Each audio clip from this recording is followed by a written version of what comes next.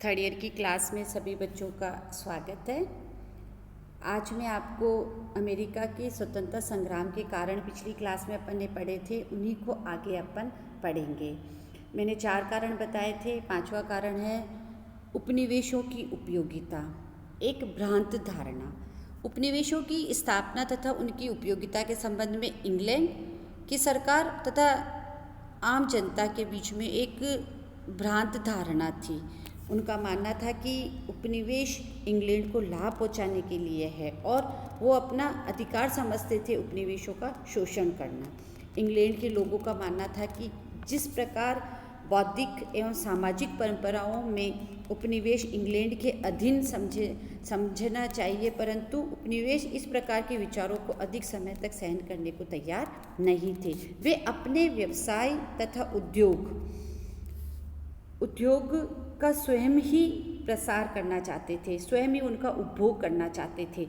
England के हितों की वृद्धि करने में उनकी कोई भी रुचि नहीं थी। वो इस तरह का कोई कार्य नहीं करना चाहते थे जिससे इंग्लैंड को फ़ायदा हो। उनका कहना था कि उन्होंने बाहुबल से उपनिवेशों की स्थापना नहीं की। क्या उन्होंने अपने ही कठिन परिश्रम से घने जंगलों और बीहड़ों को साफ नहीं किया?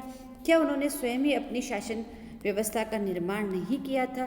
वे यह मानते थे कि इंग्लैंड ने कई बार उनकी सहायता करी, कई खतरों से उनको बचाया, परंतु इसकी कीमत स्वतंत्रता तो नहीं थी।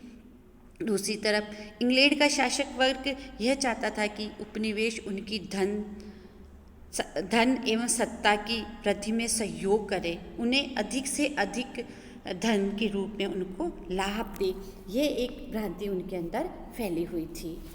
नेक्स्ट है सप्तवर्षीय युद्ध का प्रभाव। जिस समय अंग्रेज अमेरिका में अपने उपनिवेशों की स्थापना में व्यस्त थे, उसी समय फ्रांस भी उत्तरी अमेरिका में अपने साम्राज्य का विस्तार कर रहे थे और वह भी इंग्लैंड के बराबर अपना साम्राज्य का धीरे धीरे प्रसार कर रहा था। अंग्रेज और फ्रांसीसियों में 100 साल से भी अधिक समय तक अनिर्णायक युद्ध चलते रहे। 1757 से लेकर 1763 ईस्वी के मध्य दोनों में सप्तवर्षीय युद्ध छिड़ गया। युद्ध की शुरुआत यूरोप से हुई थी, परंतु अमेरिका में भी यह उतनी ही भयंकरता से लड़ा गया। अमेरिका के अंग्रेजों उपनिवेशों में ने सब मिलाकर युद्ध के लिए इंग्लैंड को कोई विशेष सहायता नहीं दी। फिर भी इंग्लैंड को निर्णायक सफलता मिली और उत्तरी अमेरिका का विस्तृत फ्रांसीसी साम्राज्य इंग्लैंड के अधिकार में आ गया। नेक्स्ट है नवीन क्षेत्र की समस्या। सप्तवर्षीय युद्ध में फ्रांस की पराजय के बाद उत्तरी अमेरिका का समूचा जितना भी उसका प्रदेश था, क्षेत्र इंग्लैंड के अधिकार में आ गया। इस क्षेत्र में मुख्यतः कैथोलिक, फ्रांसीसी और आदिवासी रेड इंडियंस बसे हुए थे। अतः इंग्लैंड के सामने एक ऐसी नीति अपनाने की आवश्यकता आ पड़ी जिससे कि फ्रांसीसियों और रेड इंडियंस में आत्मविश्वास पैदा किया जा सके और साथ ही उनकी सुरक्षा की व्यवस्था भी की जा सके। उत्तरी अमेरिका ने रेड इंडियंस को शुरू से ही घृणा की दृष्टि से देखा। वो उन्हें पसंद नहीं करते थे, वे फ्रांसीसियों को अधिक पसंद करते थे। दूसरी तरफ उपनिवेशों की इस विशाल विजित क्षेत्र में अपनी तीव्र गति से बढ़ती हुई जनसंख्या के साथ स्वयं लाभ उठाने के लिए वो लालायित थे। इस प्रकार यहाँ इंग्लैंड की सरकार का उपनिवेशों के स्वार्थ से संघर्ष हो गया। इस भूमि की आवश्यकता के कारण विभिन्न उपनिवेशों ने यह दावा किया कि पश्चिम में मिसिसिपी नदी तक अपनी सीमा बढ़ाने का उन्हें पूर्ण अधिकार है। इंग्लैंड की सरकार को यह भय था कि उपनिवेशों के इस क्षेत्र में आकर बसने से वहाँ के मूल निवासी जो रेड इंडियंस थे के साथ कई युद्धों का सिलसिला प्रारंभ न हो जाए। अतः वो उनको कुछ समय शांत करने के लिए कुछ वक्त देना चाहते थे और उपनिवेशों के मध्य भूमि वितरण का काम धीरे धीरे करना चाहते थे। लेकिन इसीलिए उन्होंने 1763 ईस्वी में एक शाही घोषणा द्वारा फ्लोरिडा, मिसिसिपी, क्वेबेक के बीच का समूचा क्षेत्र रेड इंडियनों के लिए सुरक्षित रख दिया था, जिसके कारण इसे उपनिवेशों का पश्चिम की ओर से प्रसार रुक गया और वे अपनी ही सरकार को अपना शत्रु समझने लग गए थे। नेक्स्ट था नई आर्थिक नीति। सप्तवर्षीय युद्ध में इंग्लैंड ने अपने उपनिवेशों को बचाने के लिए बहुत सारा धन खर्च किया था और वो मानते थे कि उनकी जो आर्थिक स्थिति डगमगा रही है या इस धन खर्च करने से उनकी आर्थिक स्थिति खराब हो रही है, तो अंग्रेज राजनीतिज्ञों का मानना था कि यह धन उपनिवेशों की रक्षा के लिए खर्च किया गया था, इसलिए उपनिवेशों से ही इस धन की वापस पूर्ति होनी चाहिए। उपनिवेशों को इंग्लैंड के आर्थिक संकट को दूर करने में हिस्सा बटाना चाहिए, परंतु उपनिवेशों ने इससे साम्राज्य विस्तार के लड़ा गया युद्ध मानकर सहयोग देने से इनकार कर दिया। इतना ही नहीं, उपनिवेशों ने भविष्य में भी बस्तियों की रक्षा के लिए जो धन खर्च करेंगे उसको उसमें भी अपना हिस्सा देने के लिए साफ मना कर दिया। इस प्रकार से आगे देखते हैं देशभक्तों का आंदोलन, बॉस्टन टी पार्टी। इंग्लैंड के द्वारा कई कर लगाए गए थे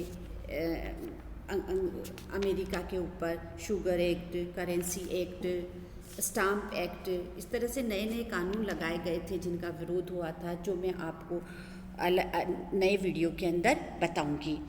नेक्स्ट है इसमें आगे जो अपन पढ़ते हैं देशभक्तों का आंदोलन।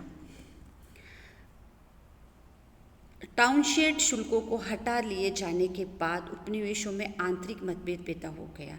अभी भी अमेरिका में इंग्लैंड के प्रति काफ़ी सद्भावना थी और विशेषकर धनिक वर्ग में, जो इंग्लैंड को पसंद करते थे।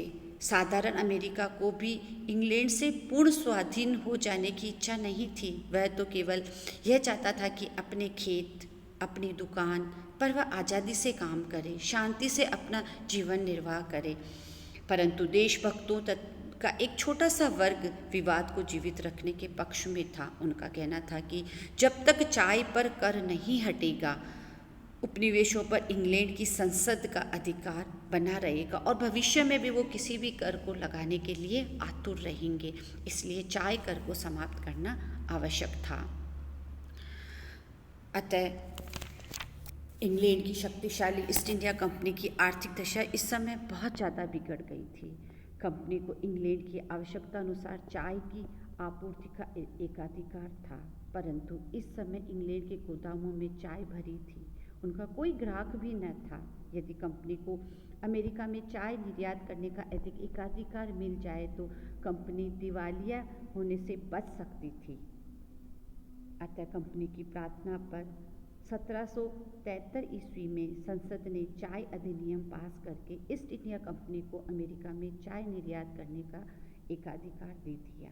कंपनी ने अपनी चाय प्रचलित दर से कम मूल्य में बेचना शुरू किया और उनका ये विचार था कि अगर वो चाय सस्ती बेचेंगे तो उपनिवेशी उस चाय को खरीदने के लिए बहुत ज़्यादा लालायित रहेंगे।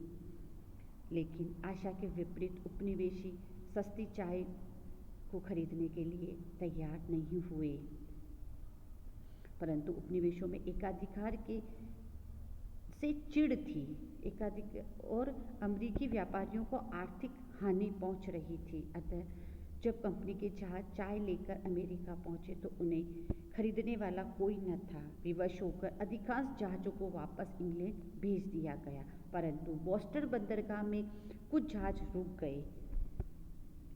बोस्टन के गवर्नर के पुत्र तथा भतीजे यहाँ कंपनी के प्रतिनिधि थे और वे गवर्नर की सहायता से माल को उतारकर गोदामों में ले जाने की योजना बना रहे थे। इस पर 26 दिसंबर 1773 ईस्वी की रात को 50-60 व्यक्तियों ने आदिवासियों का वेश धारण करके जहाज़ों पर धावा कर दिया और चाय को समुद्र में फेंक दिया। इस घटना को इतिहास में बॉस्टन टी पार्टी के नाम से जाना जाता है। नेक्स्ट है प्रथम महाद्वीपीय कांग्रेस। इन नवीन कानूनों से सारे अमेरिका में सनसनी फैल गई। लोगों ने उन्हें दमनकारी कानूनों की संज्ञा दी। इन कानूनों का उद्देश्य इन कानूनों का उद्देश्य उपनिवेशों में फैली हुई अशांति को और ज़्यादा भड़काना था, किंतु उपनिवेशी ये नहीं चाहते थे। उन्होंने इसके लिए एक महाद्वीपीय कांग्रेस की सभा बुलाने का निश्चय किया। उसमें वर्जिया के नागरिकों ने सभी उपनिवेशों के प्रतिनिधियों का सम्मेलन बुलाने का सुझाव रखा। परिणाम स्वरूप 5 सितंबर 1774 को महाद्वीप की एक प्रथम कांग्रेस का अधिवेशन शुरू हुआ, जिसमें वर्जिया के अतिरिक्त अन्य सभी उपनिवेशों के प्रतिनिधियों ने भाग लिया। कांग्रेस को बुलाने का मुख्य उद्देश्य था उपनिवेशों की वर्तमान स्थिति पर विचार करना। अंत में यदि गड़बड़ समाप्त न हो तो 1775 को एक और सम्मेलन बुलाने का निश्चय किया गया, किंतु स्थितियां दिन प्रतिदिन धीरे धीरे बिगड़ती गई और 10 मई 1975 को फिलाडेल्फिया में द्वितीय महाद्वीपीय कांग्रेस की बैठक बुलाई गई, जिसकी अध्यक्षता व्यापारी जॉन हैनकॉक ने की थी। इसका भी मेन उद्देश्य यही था कि उपनिवेशों और इंग्लैंड के बीच में शांति बनाई जाए, लेकिन किसी भी तरह से ये संस्थाएं सफल नहीं हो सकी। धन्यवाद।